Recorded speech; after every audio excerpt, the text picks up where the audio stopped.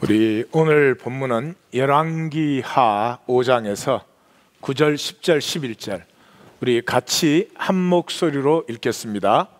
나아만이 이에 말들과 병거들을 거느리고 이르러 엘리사의 집 문에 서니 엘리사가 사자를 그에게 보내 이르되 너는 가서 요단강에 몸을 7번 씻으라. 내 살이 회복되어 깨끗하리라 하는지라.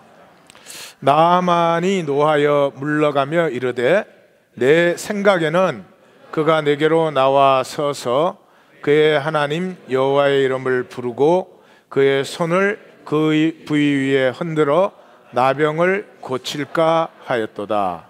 아멘. 제가 굳이 말씀드리지 않아도 우리 모두가 잘 아는 것은 세상은 이대로 계속 가서는 되지 않는다 하는 것입니다. 변화가 필요합니다. 새로움이 절실합니다. 2015년은 세계적으로는 난민들 1,000만 명에 가까운 난민들이 올 한 해 동안 발생을 했습니다. 그 삶의 아픔과 괴로움과 고통은 말로 닿을 수 없으며 수만 명이 목숨을 잃었습니다. 우리 한국은 2015년은 아마 제가 생각할 때는 대표적인 사건이 메르스가 아닌가 그렇게 생각됩니다. 이 메르스는 한국이 얼마나 병든 민족과 나라인가 하는 것을 아주 명백히 보여줬습니다. 메르스가 지나간 뒤에도 똑같이 살 수 있다는 것은 이제는 더 이상 생명이나 삶의 역사가 한국 땅에는 있지 않다라고 하는 증거일지도 모르겠습니다. 메르스를 통해서 극단적인 이기와 불안을 보여주었습니다. 한국은 교통사고로 하루에 16명 반, 16.5명이 매일 죽고 있습니다. 그의 2배가 넘는 사람들이 자살로 하루에 39명 반이 죽고 있습니다. 메르스로 죽은 건 하루에 0.5명이었습니다. 그것도 죽은 사람의 대부분은 이미 연로하시고 병원에 입원해 있던 메르스가 아니었어도 죽으실 수밖에 없는 그런 환자들이었습니다. 그러면 하루에 40명씩 자살을 해도 꿈쩍도 안 하던 한국 사람들이 매일 17명의 사람들이 교통사고로 죽어가도 그게 눈 하나 깜짝 안 하던 사람들이 왜 하루에 0.5명, 그것도 실제로는 0.25명이 죽는 이 메르스에는 그렇게 난리를 쳤는가? 그것은 나에게 감염될 수 있기 때문에. 자살로 얼마든지 죽어도 눈 하나 깜짝 안 합니다. 교통사고로 얼마든지 죽어도 나하고 상관이 없습니다. 근데 메르스는 나에게 감염될 가능성이 아니죠. 감염될 수도 있다고 생각할 수도 있게 보이는 가능성도 안 됩니다. 그런데 그 환자들을 돌보는 사람들을, 그 부모와 아이들을 왕따시키고 극단적인 사람 사는 땅이 아니라는 것을 보여준 사건이 메르스 사건이었습니다. 한국은 좀 심하다고 할 뿐이지 전 세계가 별로 나을 것이 없는 것 같습니다. 우리가 주님의 사람들이라면, 우리가 하나님의 사람이라면, 우리가 하나님의 가슴을 가진 사람이라면 그냥 어쩔 수 없지, 운 나쁘면 죽는 거지, 그렇게는 절대 안 될 것입니다. 우리가 하나님의 가슴을 가진 사람들이라면 마음도 아프고 절망도 되기도 하고 도대체 어떻게 할지를 모르는 안타까움을 가지고 하나님께 나아갈 수밖에 없을 것입니다. 우리가 하나님의 사람들이라면 이제는 이 땅은 어떻게 되든지 나는 내 먹을 것만 챙긴다, 그렇게 살 수는 없어졌습니다. 그것은 하나님을 모독하는 일이고 신앙을 모독하는 일이고, 그건 오히려 신앙으로 나올 수 있는 수많은 사람들의 길을 내가 막고 있는 것입니다. 기독교는 달라져야 됩니다. 3살짜리 어린아이도 아는 얘기지만 달라져야 됩니다. 달라진다고 하는 것은 그대로 있을 수는 없다는 것입니다. 어제 하던 대로 오늘 또 반복할 수는 없다는 것입니다. 오늘 한 대로 내일 반복할 수도 없다는 것입니다. 어디서부터 시작하나? 저는 오늘 한 해를 마감하고 또 새로운 한 해를 맞이하는 시간에 딱 한 가지만 제의하겠습니다. 한 가지를 십자가 밑에 내려놓고 가십시오. 오늘 한 가지를 내려놓고 가십시오. 제발 그거는 다시 가지고 가지 마십시오. 제발 그거를 다시 붙들지 마십시오. 저는 그 한 가지를 오늘 나누고 싶습니다. 이 나아만이 문둥병이 낫는 얘기는 우리가 잘 압니다. 나아만은 아람의 장군이었습니다. 그 당시는 아람, 시리아가 그 팔레스타인 일대를 다 굉장한 영향력을 미치고 있을 때입니다. 그래서 이스라엘과 전쟁에서 잡아온 이스라엘 작은 계집종이 그 주인의 병을 보고 엘리야 선지자를 만나면, 엘리사 선지자를 만나면 병이 좀 나을 텐데 라고 간곡히 얘기를 하는 것입니다. 그러니까 이 나아만 장군이 그 아람 왕에게 가서, 내가 장군이 국경을 함부로 넘어서 남의 지경으로 가면 안 되잖아요. 그러니까 왕에게 허락을 받았습니다. 내가 이 병을 낫기 위해서 내가 사마리아로 가서, 북이스라엘로 가서 내가 병을 고치고 오겠습니다. 그러니까 그 왕이 추천서를 써줬습니다. 이스라엘 왕에게. 그때 이스라엘 왕은 여호람이라고 하는 그런 왕이었습니다. 아합과 이세벨이라고 하는 아주 악한 커플에게서 난 사실은 막내 아들인데, 그 집안에서는 그래도 비교적 제일 괜찮은 사람이었습니다. 근데 그 여호람이 그 편지를 받고 굉장히 노발대발했습니다. 이 도대체 내가 하나님이냐? 날 보고 문둥병을 고치려니 이건 시비 걸어서 전쟁하자는 얘기지. 그 외에 무슨 얘기냐?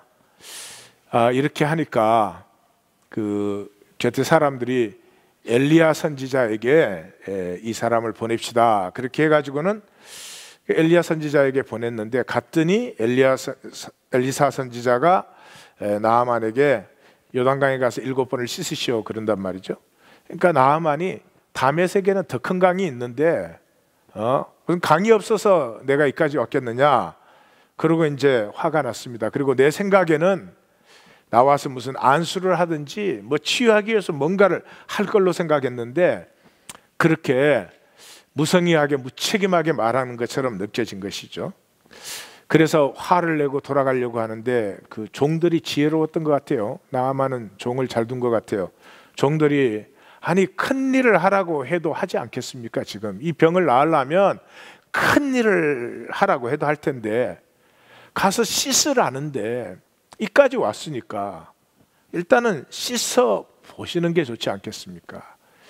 그래서 나아만이 그 말을 받아들여서 7번을 씻었더니 그 살결이 정말 어린아이의 살결처럼 깨끗하게 나왔다. 그래서 가지고 온 엄청난 예물을 이제 엘리사에게 줬어요. 근데 엘리사가 안 받았어요. 그래서 안 받으니까 나아만이 노새 2마리의 실을, 이 이스라엘의 흙을 나에게 주십시오. 그 흙으로 돌아가서 이제 단을 쌓아서 내가 앞으로는 여호와께만 번제를 드리겠습니다. 다만 내 주인이 그 아람은 림몬 신을 섬기니까 림몬 신전에 들어갈 때는 제가 호의를 해야 되는데, 호의를 하고 들어가서 림몬 신상에 내 주인이 절할 때 내가 절을 같이 하지 않을 수 없습니다. 그것은 용서해 주십시오. 그랬더니 엘리사가 평안히 가라 그랬어요. 예, 그러한 얘기입니다. 자, 그 얘기를 가지고 오늘 얘기를 좀 나누십시다. 어른들이 가끔 아이들에게 이런 질문을 합니다. 해서는 안 되는 질문인데, 엄마가 더 좋아, 아빠가 더 좋아 그럽니다. 예, 그런 질문을 해서 안 되죠. 엄마가 어떻게 더 좋고 아빠가 뭐 더 좋을 수가 있어요. 그냥 엄마는 엄마고 아빠는 아빠고 그러죠. 그건 삶이에요, 삶. 그런데 엄마가 더 좋아, 아빠가 더 좋아 이렇게 묻는 순간에 아이는 생각을 해야 됩니다. 엄마가 더 좋은 건지 아빠가 더 좋은 건지. 생각으로 하면 굉장히 헷갈립니다. 엄마가 좋을 때도 있고 아빠가 좋을 때도 있고.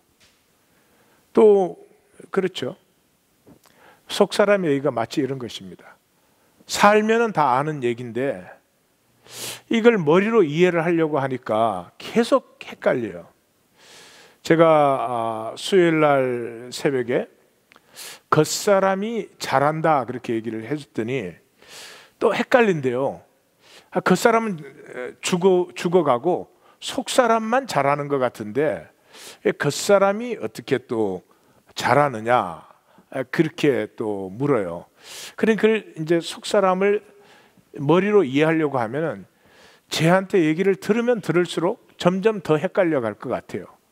그러니까 아이가 이게 엄마가 더 좋아 아빠가 더 좋아 그러면 이렇게 생각하면 엄마가 더 좋은 것 같은데, 또 그러고 나서 이렇게 보니까 아빠가 더 좋은 것 같은데, 그래서 왔다 갔다 하다가 결론을 못 내리는 것 같은 현상이 일어나지 않을까 하는 생각이 듭니다.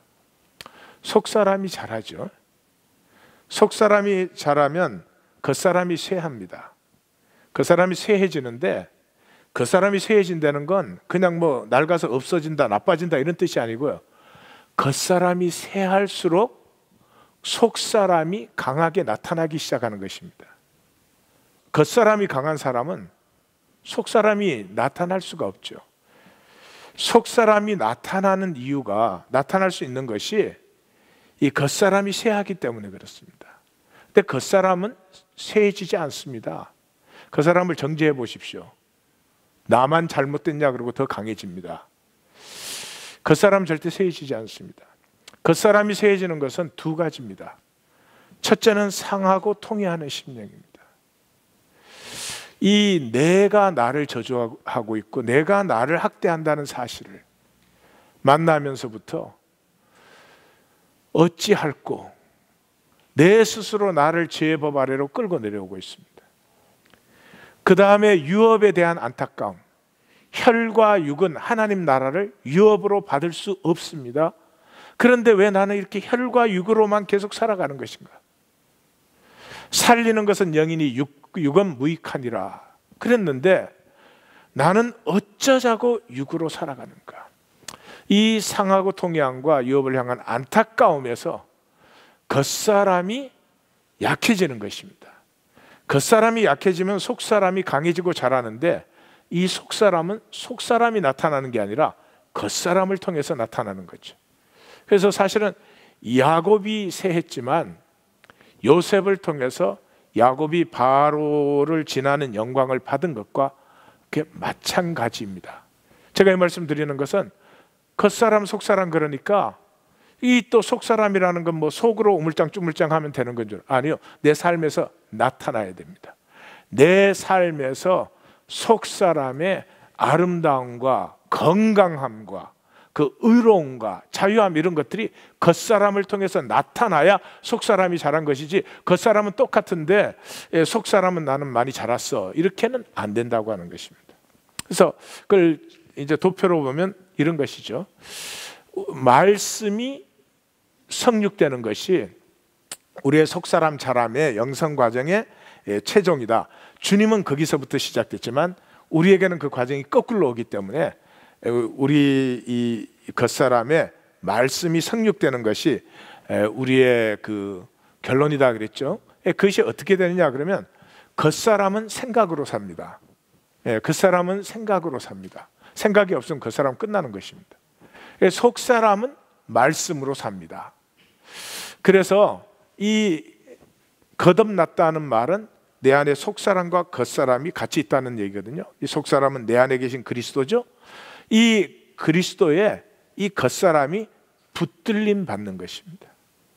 붙들림 받으면 이 그리스도의 아름다움과 사랑과 그 평강에 나도 모르게 내 자신이 드려지게 됩니다. 이것을 영적 예배라고 합니다. 겉사람이 드리는 것이니까 몸으로 사는 삶이 드려지는 것입니다. 이것을 영적 예배라고 하는 것입니다. 제가 여기서 여러 번 설명드린 것이니까 여기서 다시 설명을 하지 않겠습니다. 다시 말해서 이 속사람에게 겉사람이 붙들림 받을 때 이 생각이 말씀에 붙들림 받는 거죠. 그래서 대표적인 예가 이제 베드로가 시몬일 때 예수님이 내가 십자가에 죽어야 된다 그러니까 그리하지 마옵소서 그러고 말렸죠. 이 생각이죠. 생각은 분명히 예수님이 죽으면 안 되죠. 죽으면 안 되시죠. 근데 이제 베드로가 되고 나서 성령이 임하시고 나서 어떻게 합니까? 산헤드린에 잡혀갔는데 그 사람들이 예수 이름으로 가르치지도 말고 말도 하지 말라 그러니까 그 산헤드린 앞에서 그 사람들이 자기들에게 사형 언도를 내릴 수 있는 사람이죠. 근데 그 사람들 앞에서 그렇게 말하죠. 그러면 당신들이 나한테 얘기를 해봐. 내가 하나님의 말을 들어야 되겠어? 사람의 말을 들어야 되겠어? 당신들 하나님 믿는다며. 그럼 나한테 말을 해봐. 상상할 수도 없는 생명의 권위가 그에게서 나타났습니다. 이게 우리의 생각이 말씀에 붙들림 받을 때 일어나는 회복된 다스림의 역사입니다. 생각으로 사셔서는 안 됩니다. 생각으로 믿으셔서 안 됩니다. 예, 생각으로 이 세상은 생각으로는 선한 악인들이 지구에 가득합니다. 생각으로는 모두가 선합니다. 삶이 그렇지 않다는 거죠.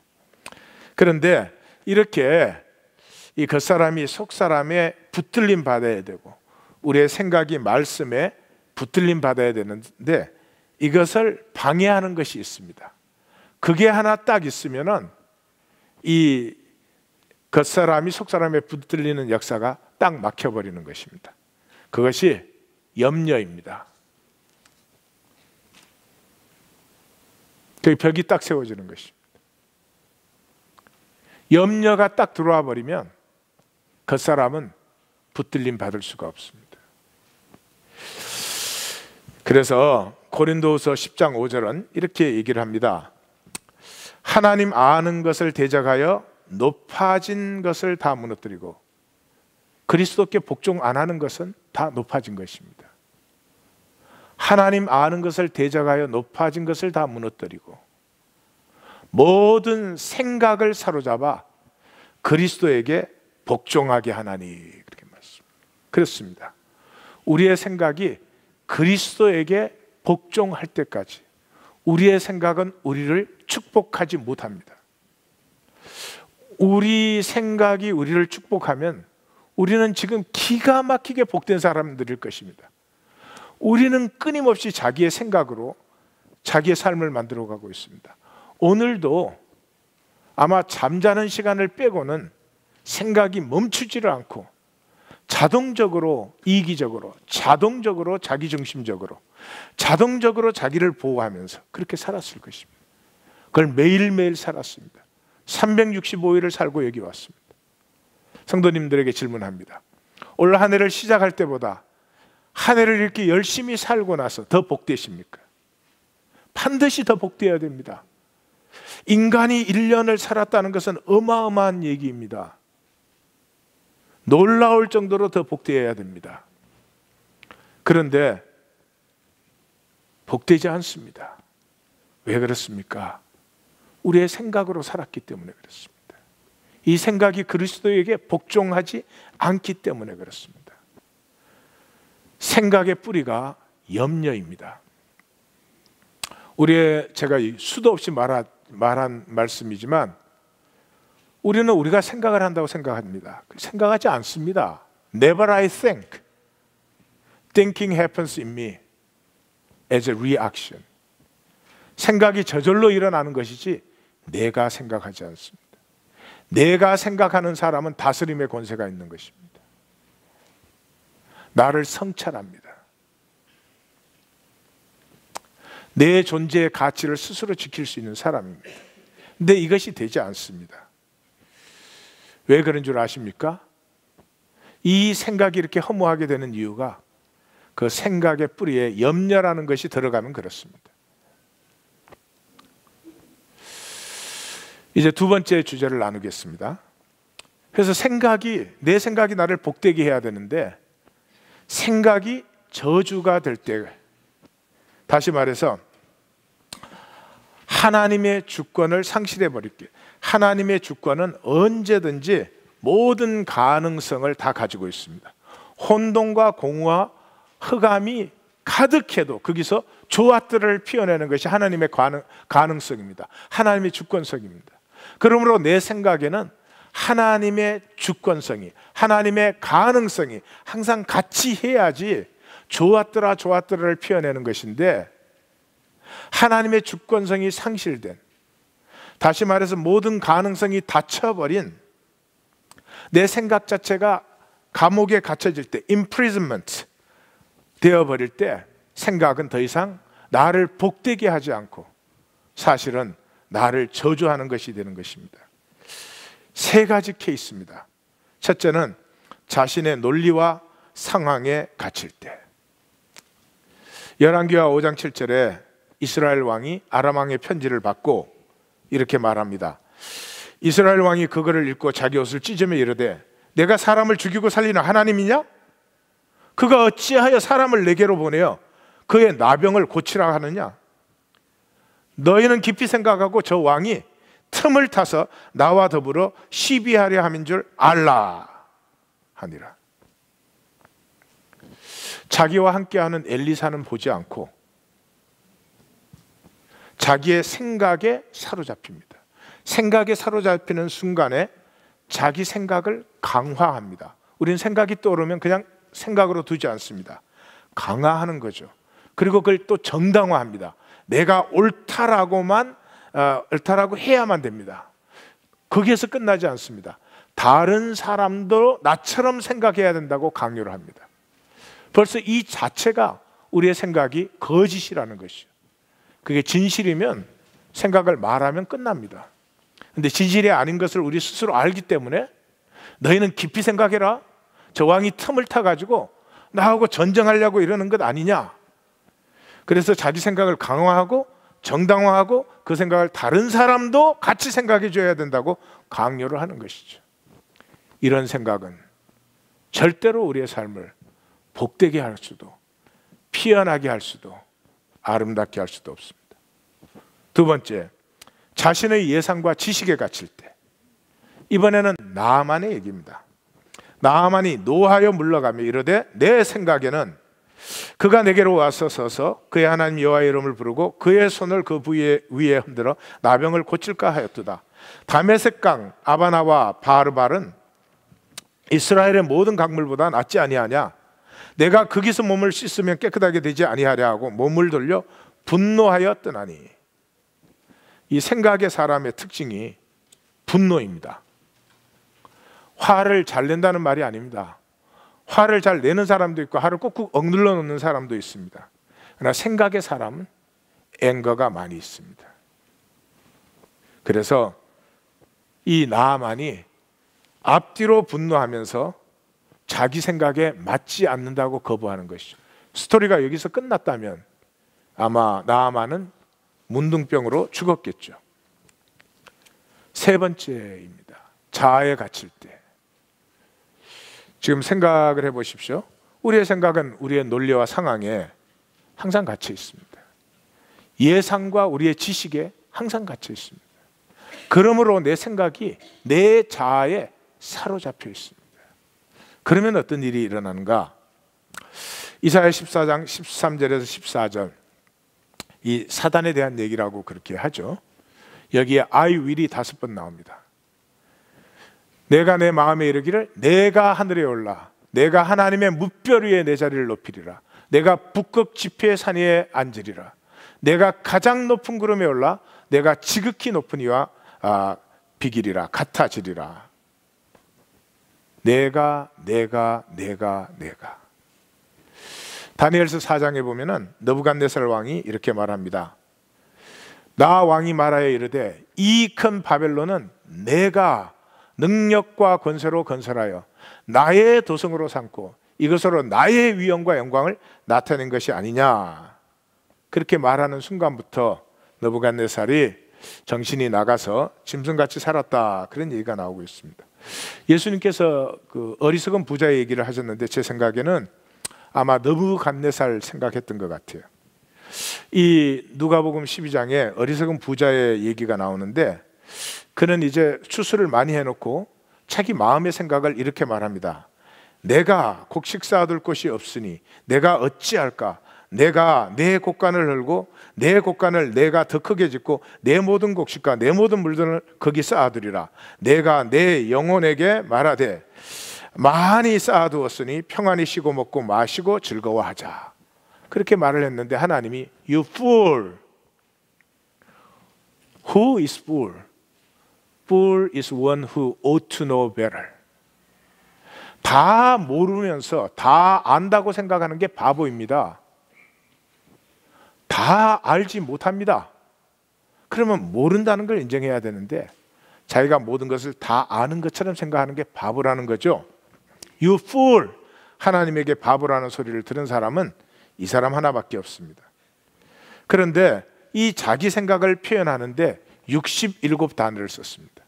67단어를 썼는데 그 중에 I, my, me, 내가, 나의, 나를, 이것이 12번이 나옵니다. 그러니까 I, my, me가, 나라는 단어가 5.5 단어에 한 번씩 나옵니다. 정상인은 I, my, me를 36단어에 한 번씩 쓴다고 합니다. 근데 정신질환이 생기면 12단어에 한 번씩 쓴대요. 자, 각자 몇 번씩 쓰는지 이제 서로 대화할 때 이 내용은 듣지 말고 저기 I, my, me를 몇 번 얘기하나만 들어봐봐요. 히틀러와 무소리니의 그 연설문을 연구한 사람들은 그 사람들은 I, my, me를 20단어에 한 번씩 썼답니다. 그러니까 그냥 경계선에서 왔다 갔다 한 사람이죠. 자아에 갇힌 생각 속에서는 아무것도 새로운 것이 나올 수 없습니다. 이 땅에 우리가 이렇게 치열하게 열심히 살아가는데 한 해 한 해를 살면서 새로워지는 것이 아니고 똑같은 한 해를 반복하고 있는 것은 알게 모르게 우리는 우리의 논리와 상황, 우리의 예상과 지식, 우리의 자아에 우리의 생각이 갇혀 있다는 사실을 전혀 생각하지 않습니다. 그리고 자기 생각으로 계속 살아가는 것입니다. 그리고 어느 날 이렇게 말합니다. 언제 세월이 이렇게 지나갔지? 인생이 왜 이렇게 허무한 거야? 시간은 왜 이렇게 유수 같은 거야? 라고 말을 합니다. 복됨은 전환입니다. 생각이 전환되지 않고는 복된 삶은 시작될 수 없습니다. 예수 이름을 10,000번 불려도 I don't care. 하루 24시간 기도를 하고 계셔도 I really don't care. 기도가 됐든 찬양이 됐든 묵상이 됐든 그것의 근본이 되는 우리의 생각에 전환이 일어나지 않고는 양은 달리하겠지만 질적인 새로움은 물이 포도주로 바뀌는 사건은 일어나지 않는다고 하는 것입니다. 생각의 전환이 필요합니다. 그래서 이스라엘을 광야로 인도하신 하나님은 광야로 인도하신 이유가 딱 한 가지라고 말을 합니다. 신명기 8장 16절 같이 한번 읽겠습니다. 내 조상들도 알지 못하던 만나를 광야에서 내게 먹이셨나니 이는 다 너를 낮추시며 너를 시험하사 마침내 내게 복을 주려 하심이라. 아까 고린도후서 10장 5절에 생각을 낮추시며 그랬습니다. 우리의 생각은 너무 높아져 있습니다. 나는 틀릴 수 없습니다. 나는 항상 옳아야 됩니다. 우리는 실수투성이에, 우리는 약점투성이에, 현대인은 특별히 정신적으로 똑바른 사람이 없습니다. 자기가 자기를 생각하니까 정상적으로 보이지, 남이 자기를 보면 정상이 아닙니다. 여러분, 다른 사람이 운전하는 옆자리에 타보신 적 있으십니까? 운전하는 사람은 자기가 운전하기 때문에 아주 편합니다. 옆에 있는 사람은 에브리 블락마다 거듭납니다.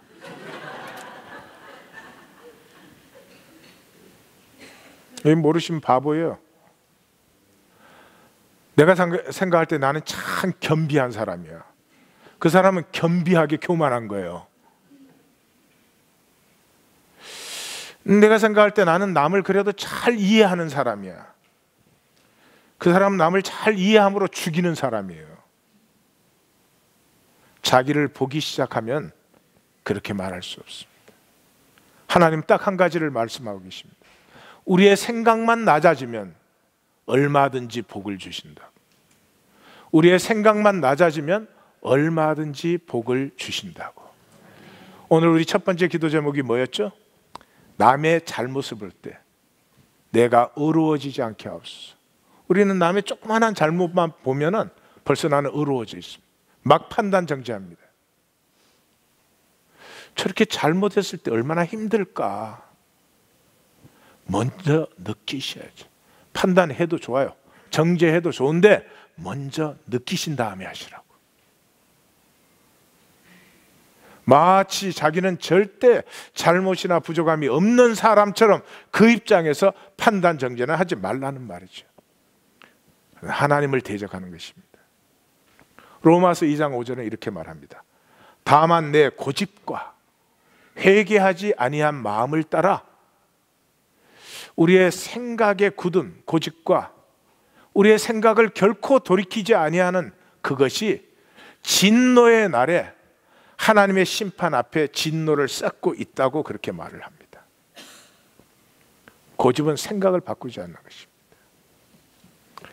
생각의 전환은 어떻게 오는가? 그 전환의 열쇠를 오늘 같이 나누려고 하는 것입니다. 그 전환의 열쇠가 염려입니다. 염려는 사탄의 계계입니다. 염려는 그냥 뭐 좀 걱정하거나 그런 것이 아닙니다. 하나님의 역사를 막는 사탄의 괴계입니다.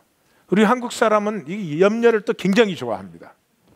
그래서 인사까지도 염려로 해요. 염려해 주셔서 감사합니다 그래요. 그거 진짜 웃기는 일이에요.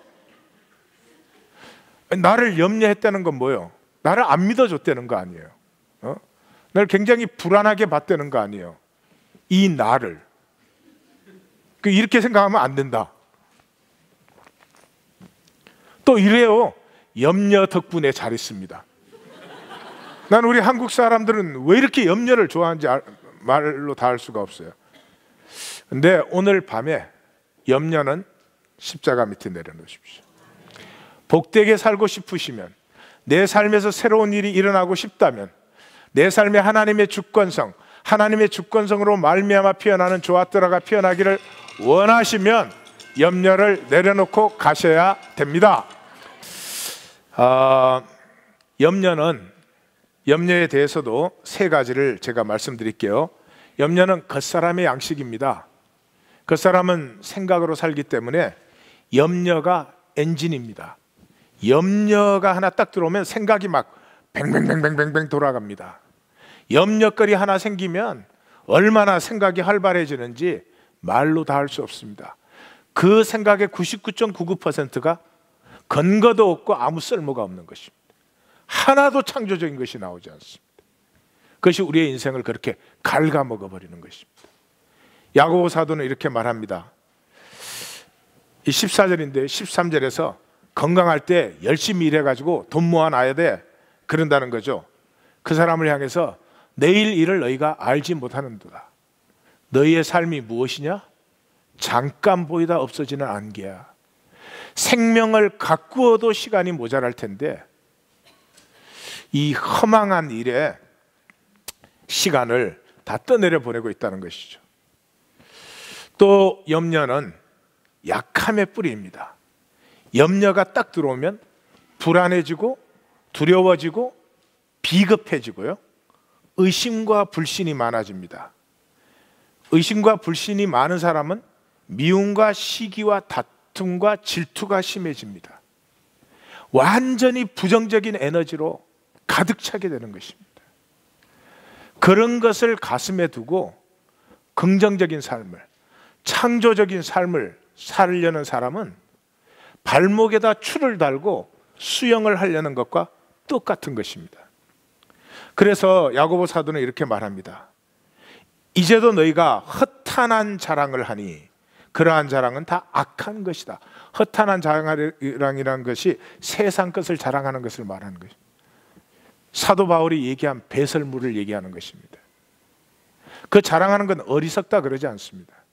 그 자랑하는 것은 허무하다 그러지 않습니다. 온 세상 사람이 그 자랑을 위해서 사는데 악한 것이라고 말합니다. 그렇습니다. 그 허탄한 자랑이 나만을 허무하게 하는 게 아니라 남까지 허무하게 하는 거죠. 민수기 13장에는 이 점에 대해서 성경의 대표적인 부분이 나오죠. 이스라엘 자손들이 이렇게 말합니다. 돌아올 12정탐꾼 중에 10정탐꾼이, 제가 몸이 안 좋아서 발음이 지금 제대로 안 돌아갑니다. 거기서 네피림 후손인 아낙 자손의 거인들을 보았나니 우리는 스스로 보기에도 메뚜기 같으니 그들이 보기에도 그와 같을 것이라. 어찌하여 여호와가 우리를 그 땅으로 인도하여 칼에 쓰러지게 하려 하는가? 우리 처자가 사로잡히리니 애굽으로 돌아가는 것이 낫지 아니하느냐. 염려가 있는 사람은 쓸데없는 비약을 시켜요. 불필요한 비약을 시킵니다. 자기의 불안을 정당화하려고. 거인이면 얼마나 크겠어요? 자기들이 어떻게 메뚜기 같겠어요? 뭐가 또 칼에 쓰러집니까? 아니 뭘 또 처자가 사로잡혀 갑니까? 돈 주면 팔 사람들이.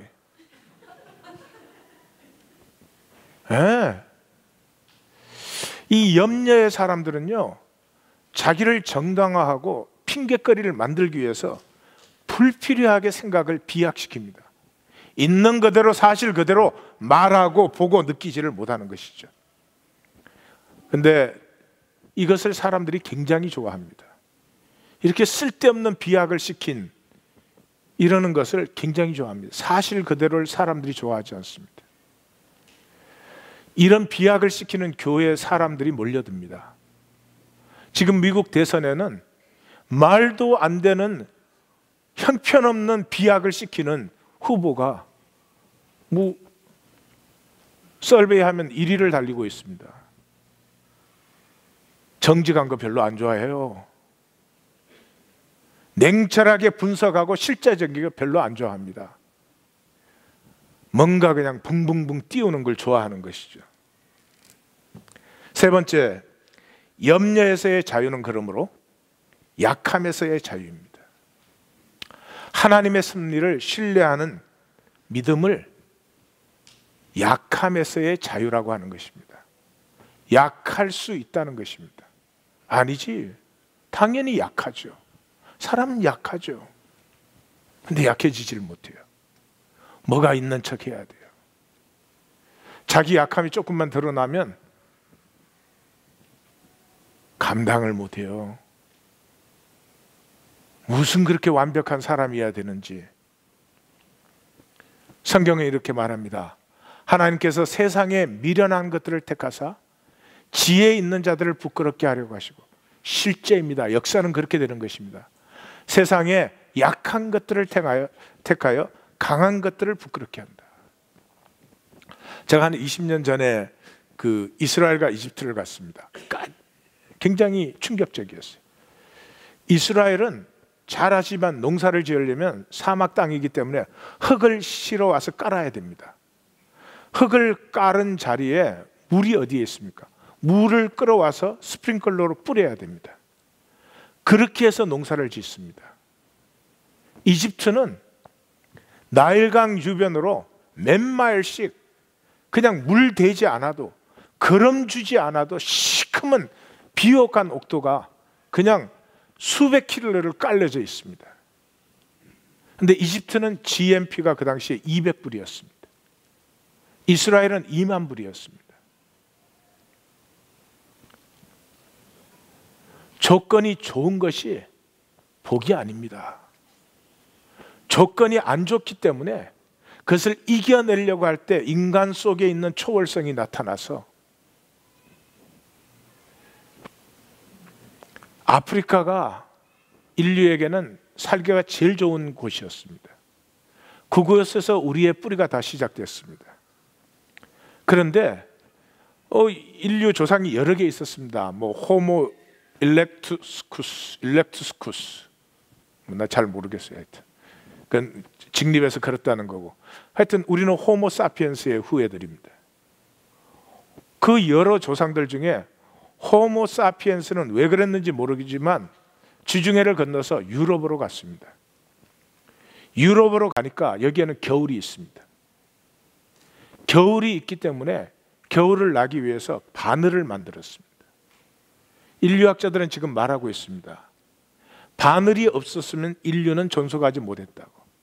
그 바늘로 옷을 만들 수가 있었습니다. 불을 피웠습니다. 도구를 만들었습니다. 따뜻하고 열매가 사계절 맺는 땅에 있던 그 인류의 조상들은 다 없어졌습니다. 그렇습니다. 우리는 편하고 강하고 잘 준비되고 이런 것이 좋은 것 같지만 정말로 좋은 것은 우리 안에 초월성을 끌어내는 것이 정말로 좋은 것입니다. 강한 사람은 초월성이 필요 없습니다. 똑똑한 사람 초월성이 필요 없습니다. 그러나 약한 사람, 부족한 사람들은 그것을 넘어서기 위해서 내 안에 잠재되어 있는 이 생명의 잠재성을 끌어내야 되는 것입니다. 그리고 하나님의 역사는 한 번도 인간의 잘남이나 강함을 통해서 나타나는 것이 아니라 사실은 그 연약한 자리에서 솟아나오는 인간의 초월성을 통해서 하나님의 역사는 이 땅에 일어났던 것입니다. 세상은 약함을 정죄합니다. 약함은 무시받습니다. 멸시당합니다. 그러나 교회만큼은 우리의 연약함이 서로 격려와 위로를 받을 뿐만 아니라 사실은 보호받고 귀함을 받아야 됩니다. 사도 바울의 고백은 우리가 잘 알죠?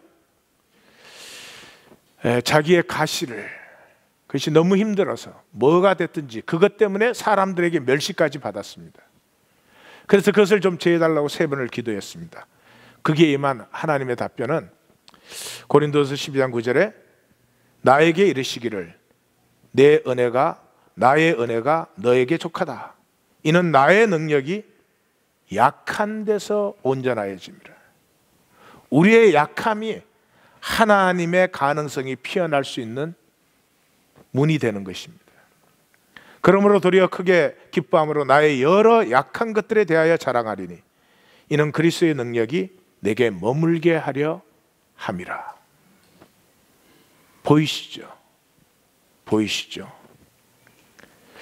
그래서 사도 바울은 내가 만약에 부득불 자랑해야 한다면 나의 약한 것을 자랑하리라 그랬습니다. 가장 불쌍한 사람이 약함을 자랑하지 못하는 사람입니다. 약함을 숨기는 사람입니다. 저는 아주 잘 압니다. 제가 그런 사람이었기 때문에. 약함을 나눌 수 없을 때 경직되어 있습니다. 사람이 빛이 발해 있습니다. 약할 수 있을 때 나일 수 있고 나로 편안해지기 때문에 창조적이 되기 시작합니다. 비로소 자기를 누릴 수 있게 되는 것입니다. 저는 제 자신과 제가 자라난 가정의 수치를 제가 예수님을 만날 때까지는 한 번도 말해본 적이 없습니다. 내 가장 친한 친구들끼리도 우리 가족의 비밀을 알지 못했습니다. 지금은 온 세상이 압니다. 알고 보니까 그거 수치스러운 게 아니더라고요. 모든 가족은 아픔을 가지고 있습니다. 모든 가족은 문제를 가지고 있습니다. 그 가족이 복이 필요하기 때문에, 그 약함 때문에 하나님의 역사를 기다리는 것이고, 그 약함 때문에 그 가족에 하나님의 역사가 나타날 수 있는 것입니다. 염려는 약해서 안 된다고 하는 웃기지도 않는 거짓에서 우리 안에 뿌리를 튼 것입니다. 빌립보서 4장 6절 7절을 우리 같이 한번 읽겠습니다. 아무것도 염려하지 말고 다만 모든 일에 기도와 간구로 너희 구할 것을 감사함으로 하나님께 아뢰라. 그리하면 모든 지각에 뛰어난 하나님의 평강이 그리스도 예수 안에서 너희의 마음과 생각을 지키시리라. 생각을, 그리스도께서 지키지 않는 생각은 우리를 이렇게 허무하고 엉뚱한 저주로 끌고 가고 있습니다. 사도 바울은 이것을 잘 지나온 사람이죠.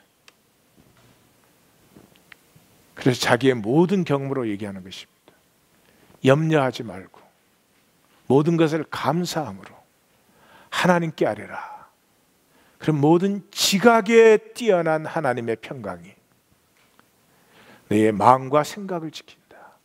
생각이 지켜진 사람은 헛된 생각을 하지 않기 때문에 삶의 한순간 한순간을 복되게 갖고 가는 것입니다.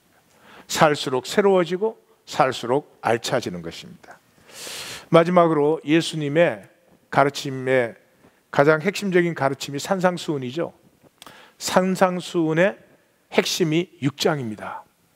6장 전반부 1절에서 18절까지는 주님의 기도를 가르치는 것입니다.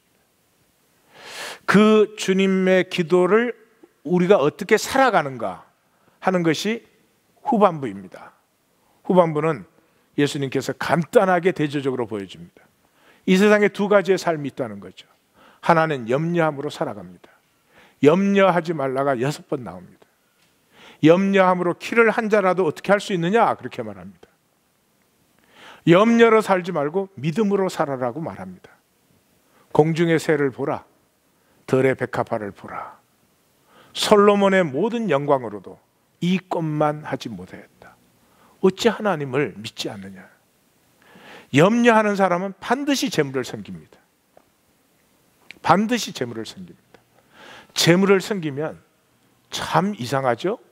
빛이 어떻게 어두울 수 있어요? 근데 빛이 어둡대요. 내 빛이 어두우면 그 어두움이 얼마나 더하리요. 자기가 염려할 때를 생각해 보십시오.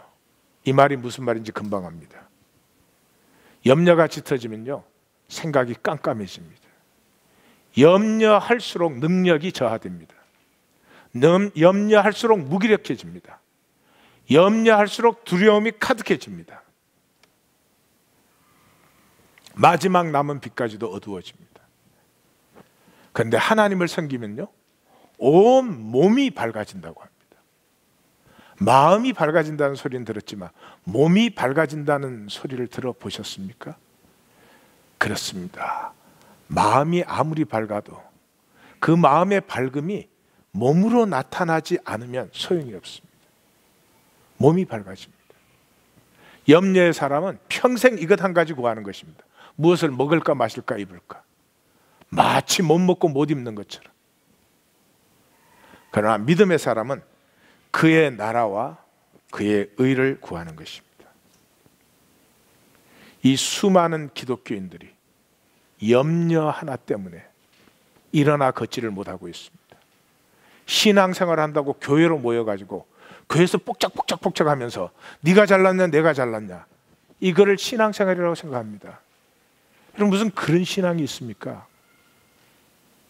그런 신앙을 하나님이 주셨습니까? 아닙니다. 신앙이 있는 사람은 저 아픔 많은 역사를 향해서, 저 고통의 땅을 향해서, 저 신음소리가 나는 곳을 향해서 나아가는 것입니다.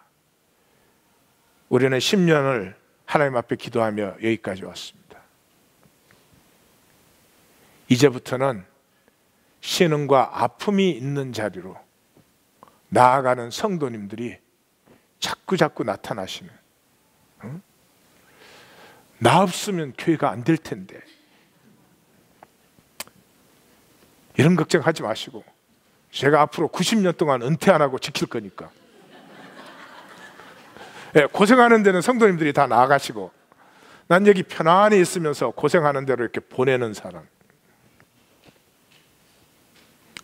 사랑하는 성도님들, 안 보이십니까? 교회 나와서 교회 생활하는 건 신앙이 아닙니다. 유일한 목적이 있다면 신앙을 가르치고 훈련받고 배우는 것입니다. 신앙은 역사 속에서 나타나는 것입니다. 신앙은 아픔과 고난 있는 저 땅에서 살아 있어야 신앙입니다. 사한 신앙이 피어나는 우리 하나님 교회가 됩니다. 우리 성도님들 속에 산 신앙의 역사가 충만한 2016년이 될 줄 믿습니다. 우리 같이 한번 기도하십시다.